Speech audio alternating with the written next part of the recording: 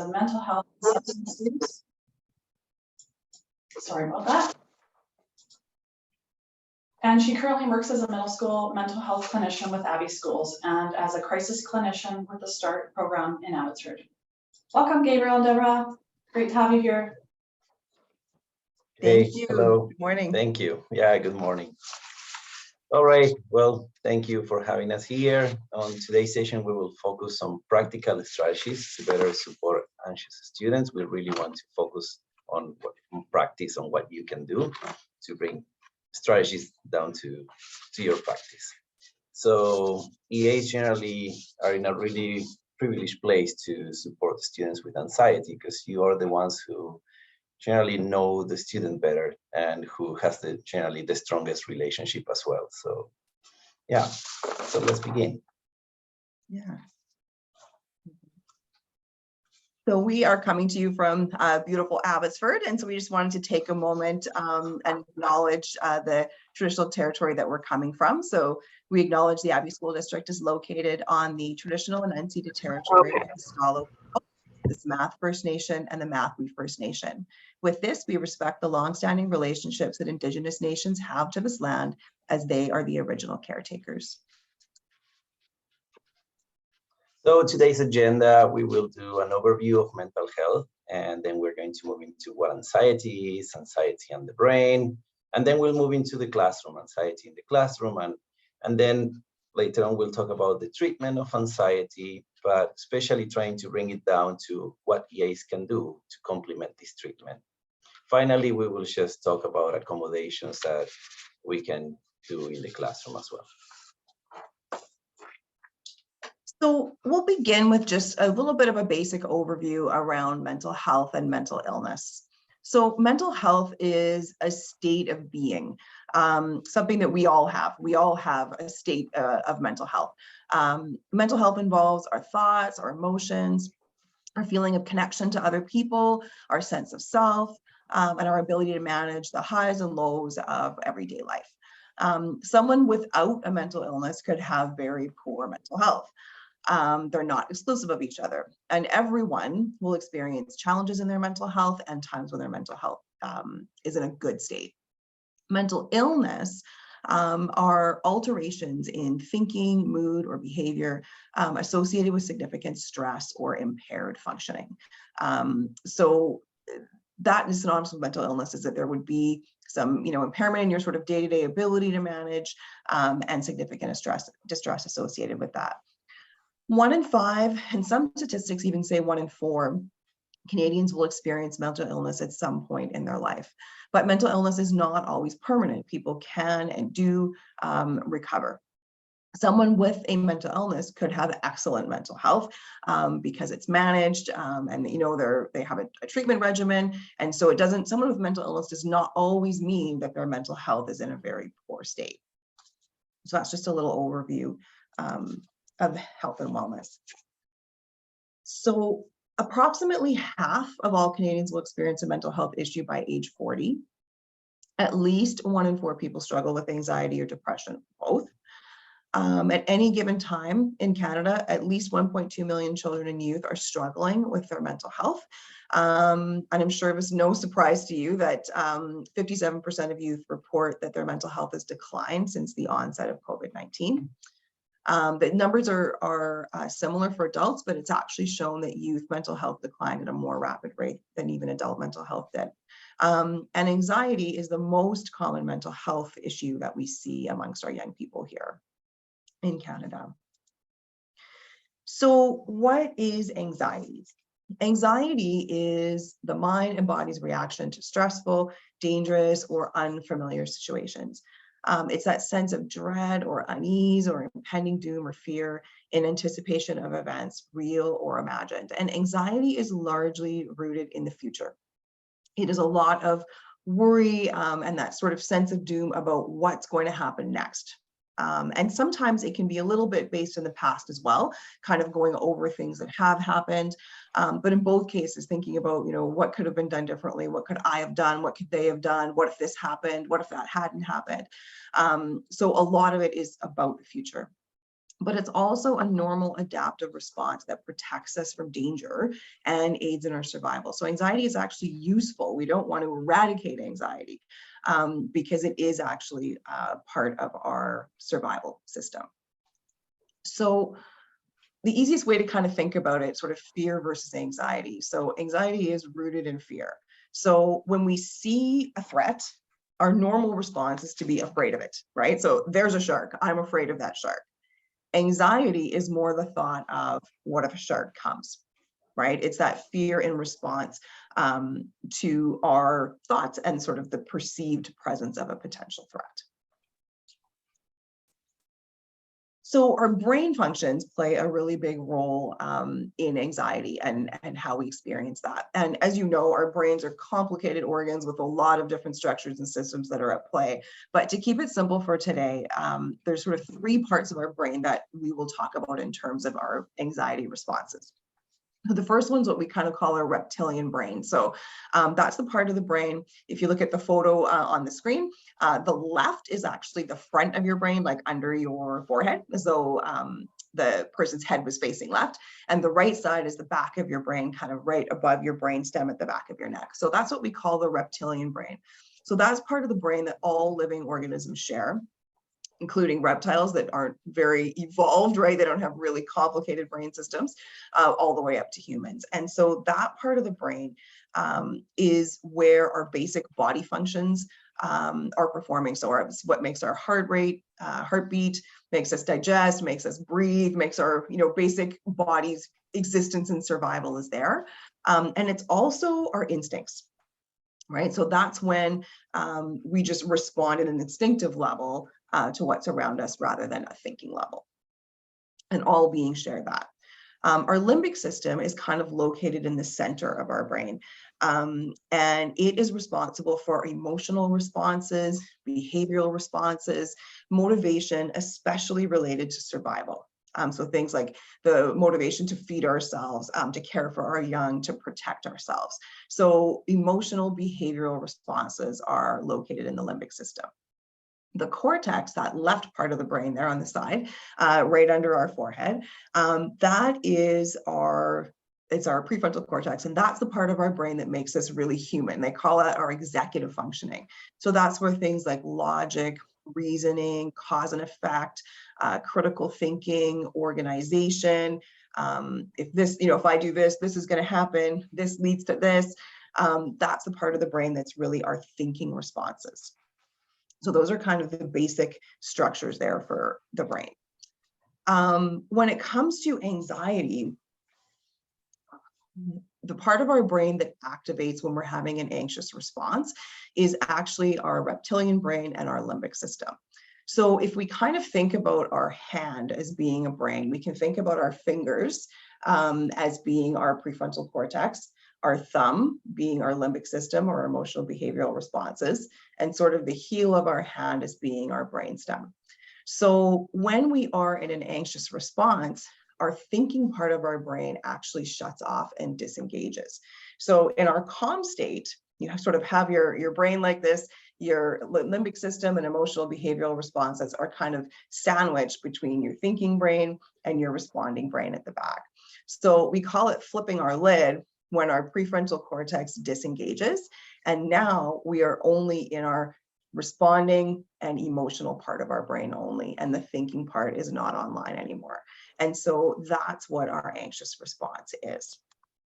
And basically, we tend to have 3 different responses when we're in an state of anxiety.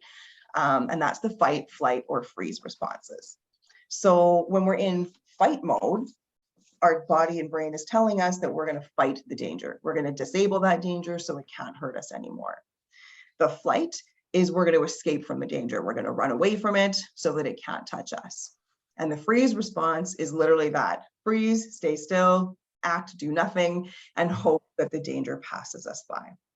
So when we see a young person in an anxious response, we might see them in fight mode, and they may be combative, they may refuse to engage, they may be hostile, there may be outbursts. When we see a student in flight, they might literally run away from the school, refuse to go into a classroom, refuse to speak with certain people. So they're in that flight mode. And the freeze may look like very little communication that can easily be misconstrued as attitude or lack of caring, right? So we'll talk a little bit more about some of these anxious responses as we go along, but our thinking part disengages, and then the response and emotional part of our brain goes into fight, flight, or freeze. Okay, so on top of what Deb has just explained, to understand anxiety, we need to understand the cycle of anxiety. When something triggers our anxiety, our natural desire is to avoid that discomfort. For example, if you have an exam, not going to school. When we avoid the source of the anxiety, we feel the short-term relief. But that relief is followed by an increase actually in anxiety. So that exam starts becoming, now at some point we will have to go to school and have that exam. And then that exam becomes like a bigger monster now that we will have to face. So another important topic is to understand how anxiety presents in the classroom. Anxiety doesn't always look like nerves. It can be just the quiet kid who is silently seated maybe in the back of the classroom. So one thing we're noticing now is that a lot of children who suffer from anxiety want to go to virtual school, and not necessarily virtual school might be the solution for their anxiety. Actually, we don't believe that for extreme mental health issues, virtual school might be the right resource, but again, this is just a case-by-case situation. So in the classroom then, what we can see is that children may have difficulty focusing. It's the next slide there. Being tired from not sleeping well, feeling on edge, irritability, fear of public speaking, fear of being watched or judged. Also, separation anxiety, avoidant behavior, tantrums or meltdowns, body aches, panic attacks, and excessive worry. So as you can see, anxiety presents in a very vast variety of ways, and not just as the nervous kid. So when we think about anxiety and responses with our young people, oftentimes we see the things that are on the top, and I'm sure this sort of iceberg model is not new to anyone.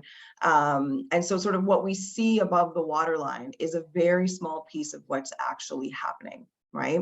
So we may be seeing a lot of anger, we might be seeing avoidance, we might see defiance, lack of focus, being negative, showing something like attitude or being disruptive to sort of mask, what's actually going on with that person.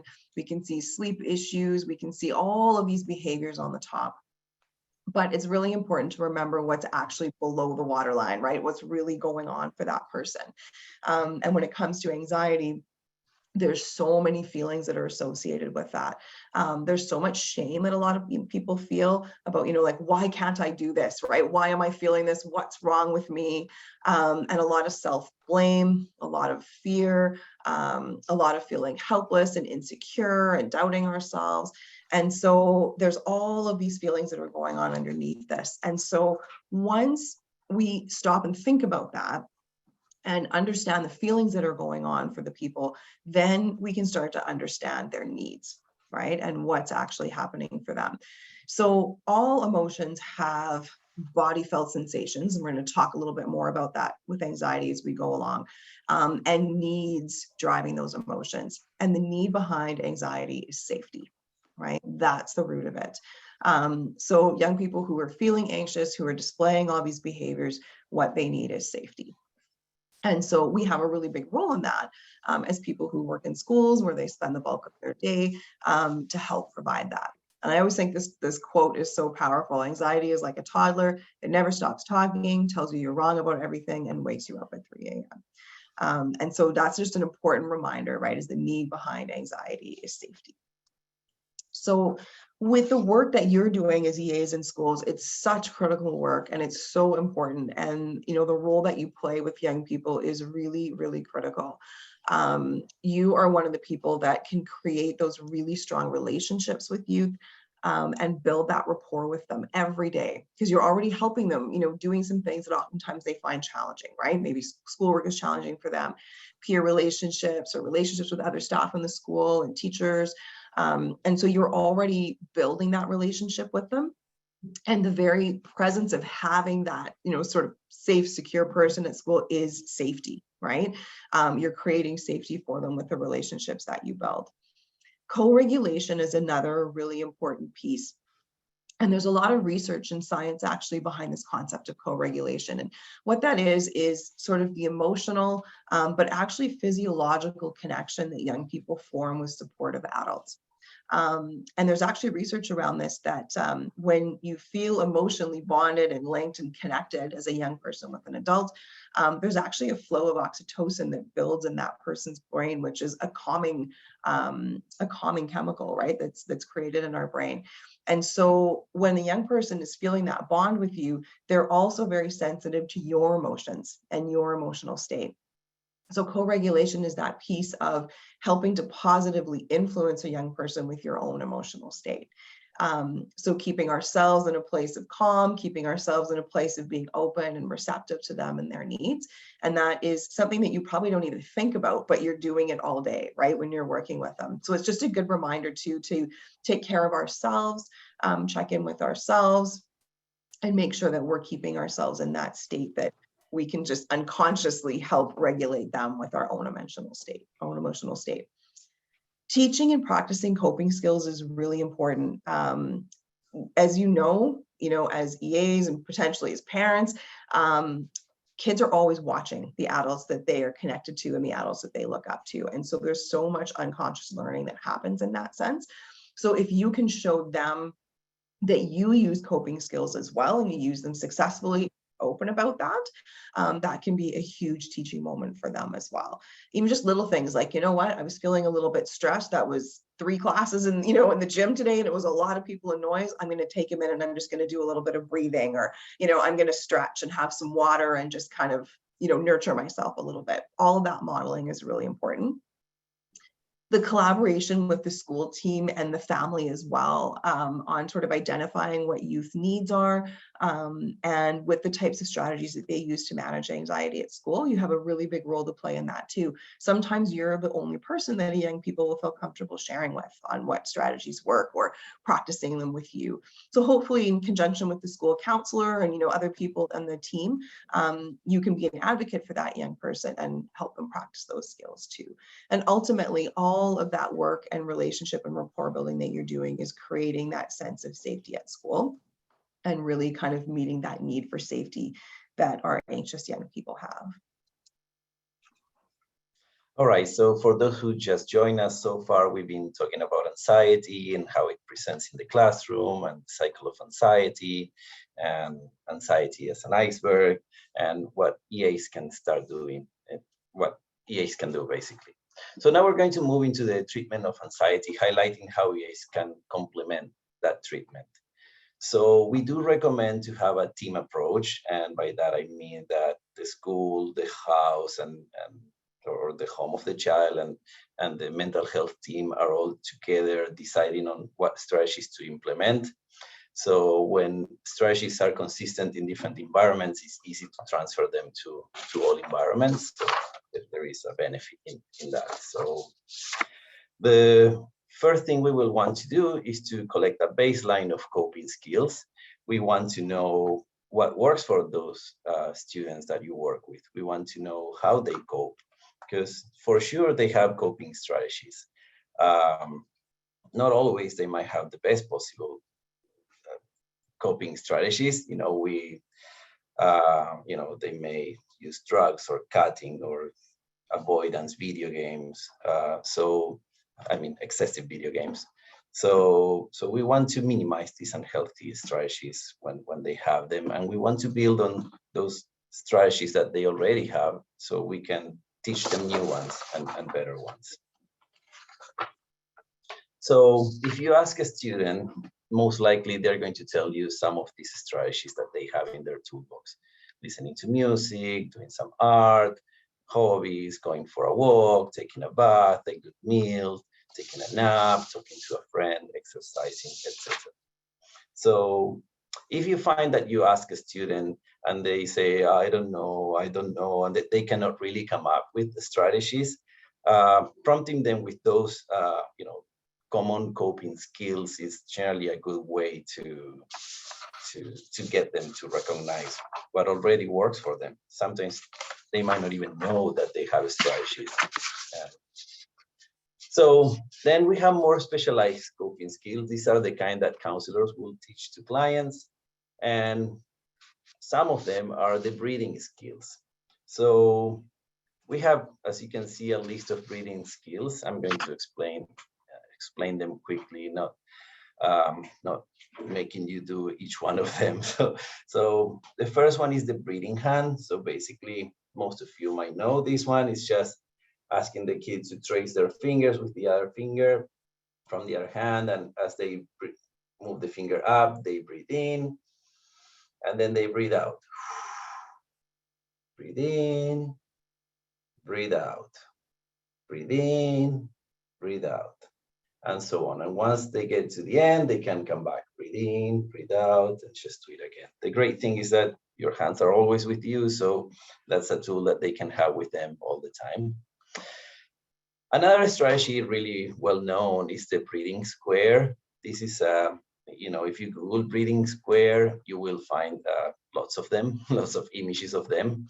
And the idea is it's a visual prompt that children can trace. They can trace that square as they do the exercise. So generally they breathe in, and then they hold the air in, and then they breathe out, and then they hold.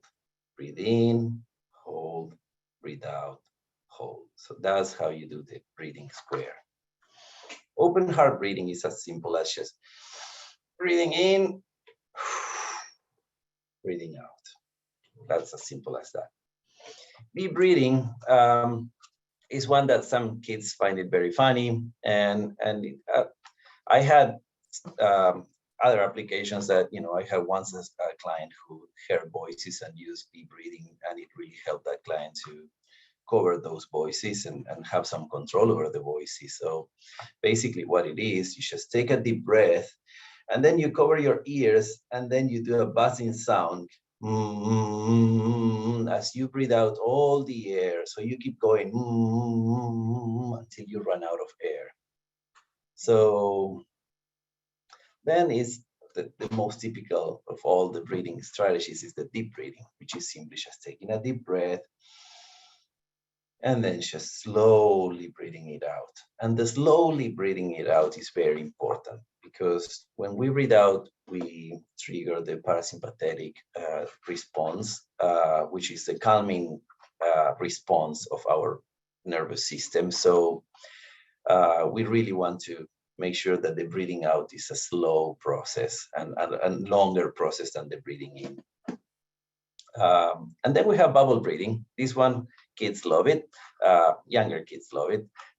This one is just to have a cup of water with a little bit of water, not a lot, and a straw. And again, they take a deep breath, and as they breathe out, they do, they make all these bubbles, blah, blah, blah, blah, blah. Generally, kids love that one. So that's another one. So the main trick when it comes to breathing exercises is to slow down the breathing. That's what we really want to do. So, I generally tell children, well, can you control your heart? No, you can't. But when you get anxious, your heart starts pounding and, moving really, really fast. So what you can do is you can control your breathing, and your breathing can control your heart. So if we slow down our breathing, we get to slow down our heart. All right, so other specialized coping skills are guided meditations. And if you Google guided meditations, you will find a lot of them to use with your students. Some, like the body scan and progressive muscle relaxations, they go, from body parts, from the feet all the way to the head. And with the body scan, it's about noticing each part. For example, noticing your feet, and then noticing your calves, your thighs, etc. With progressive muscle relaxation, it's about tensing the muscles in that area and then releasing them. And once you release them, noticing that feeling of relaxation that happens when you actually release. So, but there are lots of different meditations out there, like the safe place meditation, the self-love meditation, meditations for sleep, etc. You can find lots of different specialized meditations, guided meditations. So, if the student team decides that they need to engage the prefrontal cortex of the child because they go into fight, flight, freeze responses, these are some examples of what you can do. So help asking the child to count backwards by 3 sevens, whatever you want. Asking the child to scan the environment and find 3 objects that start with the letter P, or spelling a long word. There are some ways to engage that part of the brain that is so important. So finally, we have mindfulness. Under the name of mindfulness, we have a bunch of strategies that we will describe them later. Because we decided to put in the treatment of anxiety, just one section is just about mindfulness. But one thing that is important to remember is that the brain is like a muscle. So if we exercise worrying or the worrying areas of the brain, we're going to feel anxiety.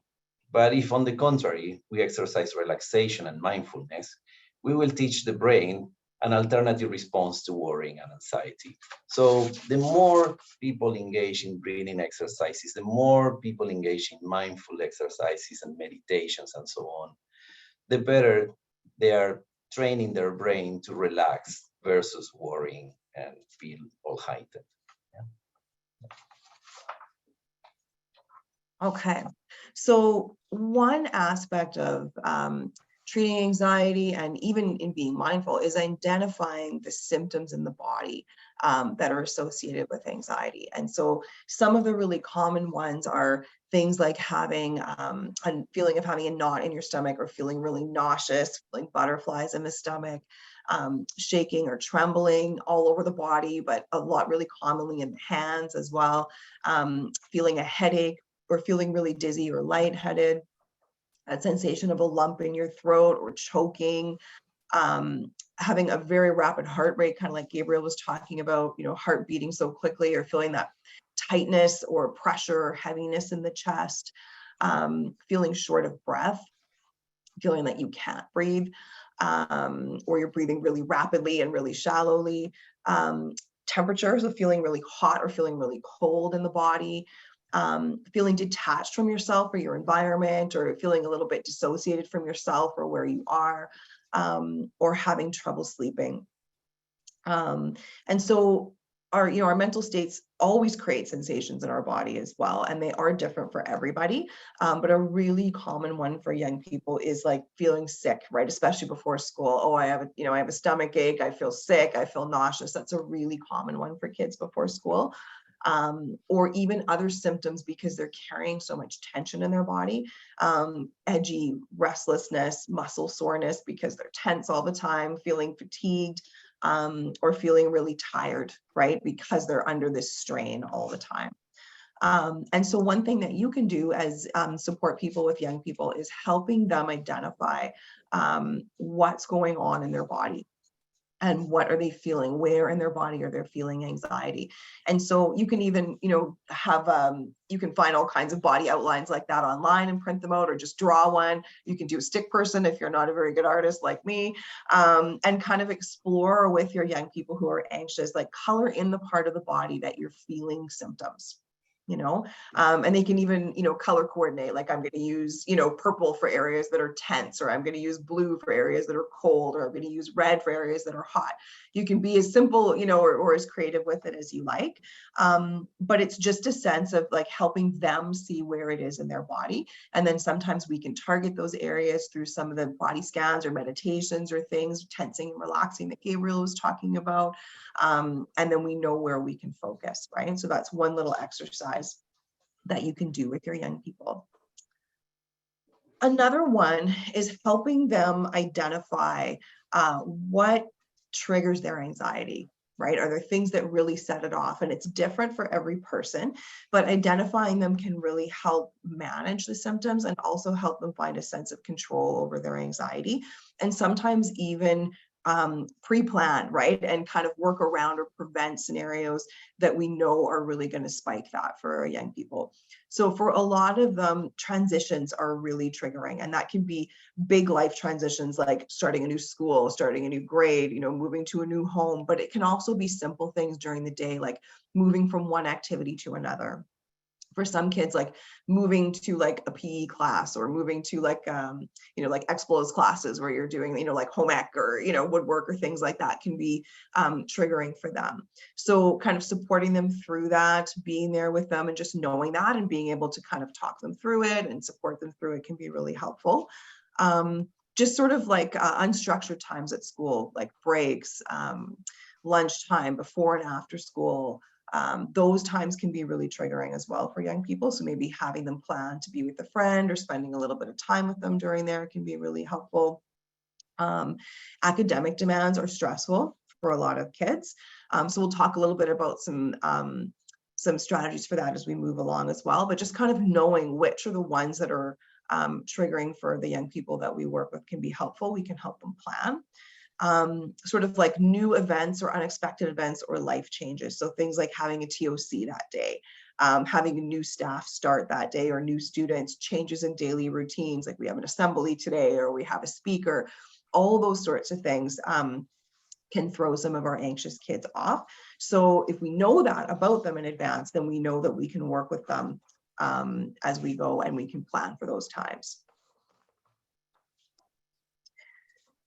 One of the ways that we treat our young people that are struggling with anxiety is through exposure. And it's really important to note that this is done with the support of a counselor, a school counselor, and often a counselor in the community who's providing therapy. But we wanted to go through sort of exposure in the process because sometimes it can help us with some of the work that we're doing. We can support that a little bit in the work that we're doing. So exposure and resilience building are really key aspects in the treatment of anxiety. Because if you remember back to Gabriel talking about the cycle of anxiety, we can't avoid the stressor indefinitely. And we in order to move past that, we want to start very gently exposing, ourselves to the thing that is creating anxiety. But exposure must be done as part of a treatment plan with a counselor. And it must be done with trust, support, and empathy, and care, and rapport building, and at a pace set by the young person, right? We don't set exposure and we don't say we're going to expose this young person now because it's time, right? They set the pace with their care team. But the key to it is because, like Gabriel was saying, ongoing avoidance of the stressor increases anxiety over time. And we know that we can't control all aspects of the environment around a young person. We can make accommodations, we can implement strategies, but we can't control all aspects of the environment, but we can start to build some resilience. So laddering is the idea of starting with the least anxiety provoking situation and slowly working up to more challenging situations. So an idea, sort of an example of this would be someone who has a fear of snakes, right? A phobia of snakes, their anxiety is peaking when they're around snakes. So they may plan out with their counselor, okay, I'm going to start by listening to someone say the word snake, right? And maybe talking about snakes and what they look like and describing them. And they're only going to do that once they have strategies in place, they have coping skills in place, and they're going to use those to sort of lower their anxiety. Then when they're ready, they may look at a photo of a snake, right, for a minute, and they're going to use some strategies to, manage and cope during that time. Maybe they'll look at videos of snakes. And again, they're going to, work on that anxiety and use their skills. And they might look at a snake in a glass tank. Then over some time, they may touch one, they may hold one. So it's a very, very slow process of slowly stepping up the ladder in terms of discomfort and using those coping skills to manage along the way. A more sort of school appropriate example might be something like doing an oral presentation, in front of the class. So maybe they, identify their topic. They might watch other people's presentations for a little while. They might practice by themselves once they have their speech ready to go. They might then, video record themselves and watch it. Maybe they'll share that video recording with some family. Maybe they'll do it in person, in family, then maybe do it with some friends, and then maybe do it in class. So, and it's different for everyone. Everyone's laddering process is different. But you can sort of use the concept as a basis, with the counselor when they're creating plans with a support team. And again, it's not something that we impose on students. It's created with them according to their comfort and their willingness, and they're successfully using coping skills and strategies along the way. But we can use that concept to kind of help them start with some, steps, little small steps at school. Like maybe if they're very nervous about going into a classroom and they don't want to go, then maybe we offer something like, well, what if we just walked by the classroom? What if we just walk by it together? We don't have to look in, we don't have to do anything. Maybe we just walk by. What do you think about that? So you can sort of use that as a guide. And of course, we'll respect the no, if there is a no, but that's sort of the concept of laddering. Another one that can be really useful is preloading and letting young people know what's going to happen next. Because as we were saying, anxiety is largely rooted in the future.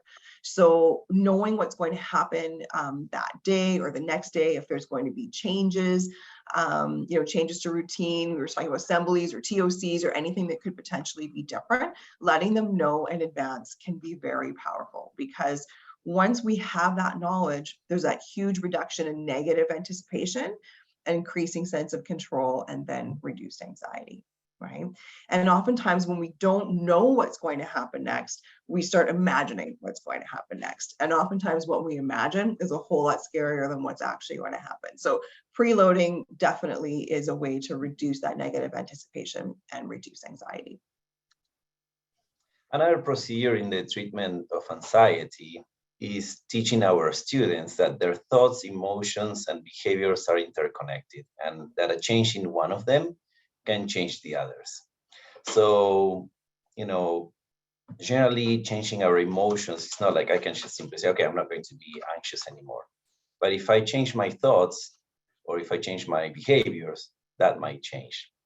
The other day I was running an anxiety group, and one of the students said that when she wakes in the middle of the night, she wakes up hearing the train, the siren, and the thought that comes to her head is, oh, the train is going to run over my house, and then she cannot sleep.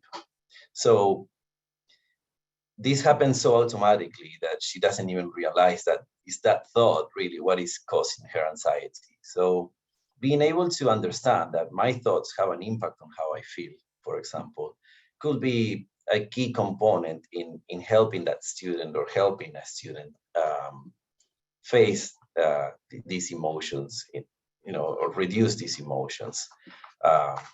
If that student catches herself having this thought and says, start thinking, trying to challenge that thought, thinking, well, my house is not on the railway, trains go on rails, it's not going to happen, that's not realistic, then a different outcome can happen. So cognitive distortions are thoughts that are not based in reality, they are not accurate, and we all have cognitive distortions. So here are some examples of them. So all or nothing thinking is, if I don't win, I'll be a complete failure. That's an example of it. Personalization, they are doing this to me, right? So catastrophizing, if I fail the exam, my career is over. Mental filtering, no matter what positive things you say about me, I will disregard them and focus on that one thing that is negative. Overgeneralization, I feel this way, if I feel this way, everybody must be feeling this way. Jumping to conclusions, an example of it is, they did not say hi to me, they must be mad at me. Mind reading, I know their intentions, I know what they're thinking. Disqualifying the positive, no, I'm not good, it was just luck. Emotional reasoning, if I feel this way, it is true regardless of any fact that shows the contrary. And then the shoulds, I must, I should, I ought to, those are examples of these cognitive distortions. And why I'm pointing this or talking about cognitive distortions. Again, these are thoughts, and we just talked about how thoughts have an impact on behaviors and emotions. So EAs have a role here. You as an EA can catch your student and let them know, hey, have you noticed that you're catastrophizing right now? And then gently you can try to challenge those distortions, right? If a kid says no one likes me, for example, that would be an overgeneralization, right? Then you can maybe say, well, could it be that it's not really like that? I know that Sally spends a lot of time with you, and when she is with you, she seems to enjoy herself. But, so you can catch them, point it out to them, and very gently, you can try to challenge those thoughts a little bit. All right, so another part of the treatment of anxiety is acceptance, introducing this idea of acceptance. Acceptance of the things that we cannot control is an important skill for all of us, not just for students who suffer from anxiety. And one thing we cannot control are our emotions. They are like the weather, they come and go, they are always changing.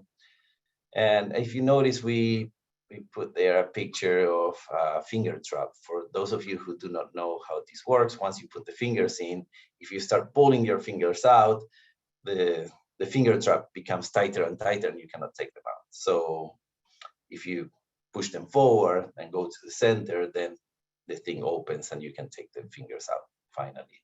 So this is a metaphor for how many times people deal with anxiety. The more they resist anxiety, the more they try to avoid situations, the harder it becomes, the more difficult it becomes, anxiety, and the bigger the problem becomes. So we need to teach them to accept rather than resist anxiety. Another tool that I'm sure you all have experience with and maybe even practice is mindfulness. And so that is a really important approach with anxiety. And mindfulness is basically conscious awareness, right? It's being in that present moment where you are right now and aware of your thoughts, your feelings, the sensations in your body, and the surroundings, your environment around you without judgment, right? Without judging ourselves or judging others or judging the thoughts or the feelings or the impressions that we have. And just noticing, right? Just simply noticing what is around you and what is happening within you. And remembering that anxiety is oftentimes rooted in the future, right? Or rooted in the past. It's really powerful to be in the present, right? And not sort of having your thoughts consumed with what's going to happen next or what already happened, but just being in the here and now. And the more a person engages in activities that are mindful, so breathing, meditation, mindful eating, mindful listening to music, the progressive muscle relaxations, all those things we talked about, the more their anxiety can actually reduce. And we actually, our repeated behaviors and responses create neural pathways in our brain. So they're basically shortcuts to this happens, I do this. This happens, I react this way. And when we repeat positive mindful activities that way, it creates a new pathway as well. So instead of going to worry, we just start to go to noticing, right? We just notice and be in the moment. So mindfulness is a really powerful tool. And you can Google those: mindful reading, mindful eating, mindful listening to music. If you Google those for mindful eating, for sure you will find a script that will, with all the steps of how you can do the mindful eating, because it's all about, first you look at whatever you're going to eat, and then you smell it, and you really take the time to notice whatever you're going to eat, and then when you put it in your mouth again, it's just feeling it, and slowly until you finally chew it and swallow it, right? Yeah. So a couple of exercises that you can do with young people, and you can do them yourself too, but you can do them with young people. Some mindful activities. A really common one is called the 5, 4, 3, 2, 1 grounding exercise. And that's based on our 5 senses. So you just have the young person be wherever they are and just ask them to notice and name 5 things that they can see in the room, anything, any objects, 4 things that they can touch or feel. So it could be things like, feeling the chair underneath their legs, or, feeling the chain around their neck, if they have it, or feeling a breeze, or just anything, right? Any kind of 4 sensations or sense of touch. 3 things that they can hear. And they may have to take a moment and really listen, because if it seems quiet, oftentimes when you really listen, you can hear things that you didn't pick up on before. 2 things that you can smell, and 1 thing that you can taste. And if smell and taste is a challenge, you can just ask them to think about a smell or taste that they like, right? Or that they enjoy. And so then you can actually run through it again, find 5, new things you can see, 4 new things you can feel. So you can run through that as well. You can also get them to do things like, find all the objects in the room that start with the letter C. Or, find all the objects that are yellow in color or blue in color. You can, change that however you like, right? Any sort of identifier that you want to use. You can also get them to identify categories and list as many items as possible under the category. So it could be, animals, list as many animals as you possibly can. And they can do it verbally, or they can do it writing, whatever they prefer. Song titles, musical artists, movie titles, colors, anything that you can possibly think of. And the idea isn't the category itself. The idea is to engage back into the prefrontal cortex again, start thinking a little bit, and start moving your attention away from sort of the chaos that oftentimes you can feel in your body and your brain when you're having an anxious response, and distract and sort of engage that part of the brain again that's thinking. So those are just a few little quick mindful activities that you can do at school, and you can change them up a little bit so that they're different. With the students that you're working with. So you're not always finding the letter C, you could use different alphabet, letters, different colors, all of that stuff. So those grounding exercises are great when children are having panic attacks. So that's a really good tool for you to know, okay, if a student of mine has a panic attack, I'm going to ask them to engage in one of these grounding exercises. So now we're moving to the last piece in our presentation. We're going to talk about the strategies to work with anxious students. And so next slide, please. So the strategies to work with anxious students cannot be a cookie cutter approach where one size fits all of them, right? Each youth is unique, so we need to adapt the strategies to their needs. So IEPs, care team meetings, learning plans are important parts in this. Another thing that is important that we mention is that providing accommodations to students is not giving in to their anxiety. Accommodations are meant to be temporary aids while they progress through treatment. So if you worry it will be like a crutch for the student that will prevent them from getting better, that is not exactly the case. So some adaptations are related to transitions because for some students, transitions are triggering of anxiety. So giving them extra time and warnings before transitions is helpful.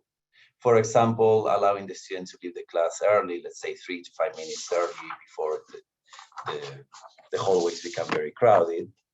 Or, instead of just moving from classroom to classroom, if it's really hard for them to do that, maybe just to stay in the same classroom for the whole day, right?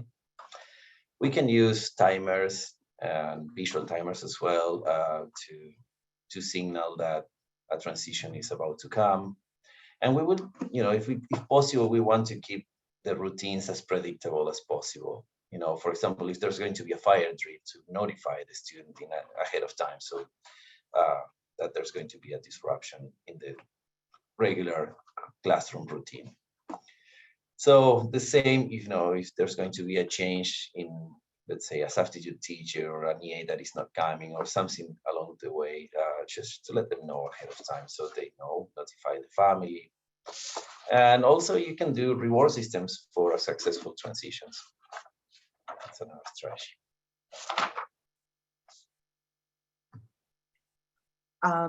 So having preferential seating can be really helpful for young people.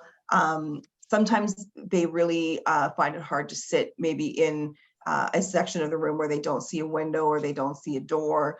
that sort of thing. So just checking in with them about where they feel most comfortable. Doesn't necessarily mean they're going to use that window or door to exit, but just knowing that they're in close proximity to it can be helpful. Some prefer to be really near trusted adults. Some like to have a little bit more space, or perhaps with some peers that they feel safe with.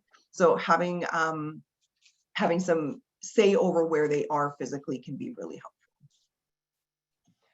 Another strategy is to have clearly stated and written expectations for behaviors and academics. So writing the directions on the board or giving directions that are short and simple rather than long and wordy can help students with anxiety. Frequent check-ins are things that I'm sure that you do regularly anyway, but they're so helpful for young people. You really play a key role in that, in making them feel supported and cared about, and ultimately building that sense of safety that they have at school. So just checking in to see how they're doing, if they're understanding what's happening, if they need a little bit of a break. So just that ongoing support and care can be really helpful. Another adaptation could be not requiring the student to be in front of the class or to read out loud. And some adaptations could be that they do a presentation that is videotaped or presenting just in front of the teacher instead of the whole classroom. Having some extended time for tests. Test anxiety can be really high. So giving them a little bit of extra time, even just to engage in some grounding exercises first, can be really helpful. Because when we think about sort of that hand-brain model, oftentimes when the testing anxiety comes, the prefrontal cortex completely disengages. Then they recognize, I can't think, and the anxiety just goes even higher. So if you can give them a little bit of time first and support them to kind of have some grounding activities maybe laid out in advance for them, that they can do that first, kind of re-engage that cortex again, and then be ready to write. So a little bit of extra time can really help for tests. So tests taken in a separate quiet environment to reduce performance pressure and distraction can help as well. Word banks and equation sheets can be really helpful too. And again, that would be one that you would want to work with their team, including their teacher and their counselor on. But again, thinking about that prefrontal cortex being disengaged when test anxiety is high. Sometimes the simplest, equations, words, dates, things that they actually do know are just beyond their reach, right, in their brain at that time. So sometimes having those sheets in front of them can be so helpful. And can be a little bit of a safety net for them, so that they see that, they read them, and that sort of gets that cortex back re-engaged as well. So we want our students to self-regulate. We want them to, understand that they're feeling anxious and that they need to do something about it. So if they identify that they need a break, it's a good accommodation to actually allow them to have the break.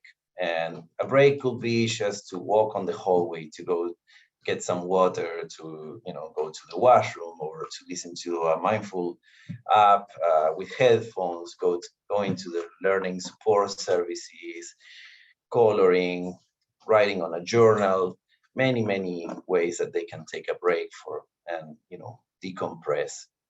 And we really want to encourage this.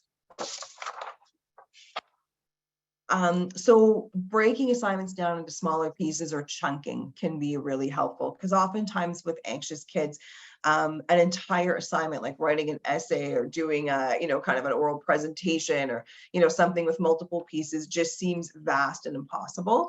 And so if we're just breaking that down into smaller pieces, like, what, we don't have to look at the whole outline right now. Right now, we're just going to do an introduction. That's all. Let's write 3 lines of an introduction, so sort of chunking that down into smaller pieces can make it much more manageable and really help their confidence and their self-esteem to recognize, I can do this, right? I just have to break it down into pieces. So chunking down can be really helpful. And along the lines of what Deb is saying, another strategy is to modify tests and homework by simplifying and reducing the amount of work. Less demands can reduce anxiety. Having a little extra time sometimes and some limits for homework can be really helpful. Deadlines, again, are anxiety provoking. So we want to work with them that, yes, you have to meet deadlines, but there can be some flexibility around that. So even things, and it sort of goes along with chunking, maybe instead of having them hand in all of the homework at once, it's like, you know what, you're going to hand in 1 page tomorrow. And then you're going to hand in 1 page the next day, instead of sort of like bring these 5 pieces in by Friday kind of thing. So breaking it down and having several deadlines that are small can actually sometimes help instead of having one big one. So if the student is worried about missing important information while they are taking notes, recording the class lecture or use a scribe for notes can be helpful. Field trips and outings away from school are, in theory, great and fun days, but they can trigger some anxiety for a lot of young people too. So having a preferential group that they can spend time with, like a peer or two that they're safe with, or even attaching them to a safe adult for the day, and letting them know that in advance, maybe, you know, having them be part of that and selecting some safe people for them can be really helpful, and even giving them a bit of an outline for what's going to happen that day as much as possible. Preferential seating in large assemblies, for example, to sit near the back or close to an exit, can also be helpful. Remember that anxiety is about safety. And if I feel like I am in control, for example, that I can leave easily a situation, I'm going to feel safer. So it's always important to give the students some sense of control as well. So going along with sort of that need for safety is sort of underlying sort of that root of the emotion of anxiety. One thing you can do is help your anxious young people create a list even of their safe people. So they can, hopefully they have at least one adult at school that they, you know, can go to when they need support and help. But even writing down a list of like, who are your safe people at school, who are the adults, who are your peers, even writing down the list, you know, names of family members or people that they just feel good with. And then they can look at those lists when they're feeling anxious and remind themselves that they are safe and they're supported and that they have a team around them. You know, we talked earlier about co-regulation, but that co-regulation not necessarily needs to be between an adult and a student. Sometimes, you know, having a buddy system, especially for those situations like transitions and, you know, those unstructured situations like the lunchtime and recess, etc., can really be convenient, basically, to support children with anxiety. Time away from school, especially due to illness or things like that. And we know that oftentimes our anxious kids have higher absences. But having that time away and missing that school time can be really anxiety provoking for young people, to not know what they missed, and to have deadlines and things looming and assignments looming that they're unfamiliar with. So a little bit of extra help, providing some notes or, you know, recorded lectures like Gabriel was saying, maybe giving them some exemption from certain bits of homework or things like that can help, just to create a bit of a plan for them on how to catch back up at a pace that feels safe for them can be really helpful. And the final strategy for today is letting the child know when a substitute will be in the classroom. It might be a good idea to have some kind of a, you know, sheet for substitutes that, you know, describing what works, what are the triggers of the child, so they, you know, they don't trigger a child because they just don't know the child, right? So, well, these are just some examples of adaptations working with children with anxiety. As we said, we recommend a team approach on deciding what strategies to use. And well, we hope you found useful information in this presentation, and we really hope that you can apply some of these in your work. So, thank you. Thank you so much. And we are open to questions if anyone has them. I think Connie and Alicia, we're going to moderate that. But we also hope you enjoy your long weekend. I think because we're short on time, Deb and Gabriel, if it's okay, what we'll do is we'll send out the survey to everyone. And if they have any questions in there, then we can send those along to you and then they can be answered at a later date. Definitely. Yeah, that's totally fine. Yeah. Okay, on behalf of the ABCS, we thank you and appreciate so much. You provided so many great strategies. I'm taking a plethora of notes here. So thank you. I think there's so many things that they can start, everyone can start using right away next week when we're back in schools. And so just to everyone, there is a chat thing in the chat box, a survey just on just some feedback for us on Gabriel and Debra's presentation. And we will be back at 10:15 for our next presentation. So if everybody wants to come back just before 10:15, because we're going to start promptly. Thank you. Have a great weekend, Debra and Gabriel. Feel free to stick around. Okay, thank you very much. Goodbye. Thanks so much.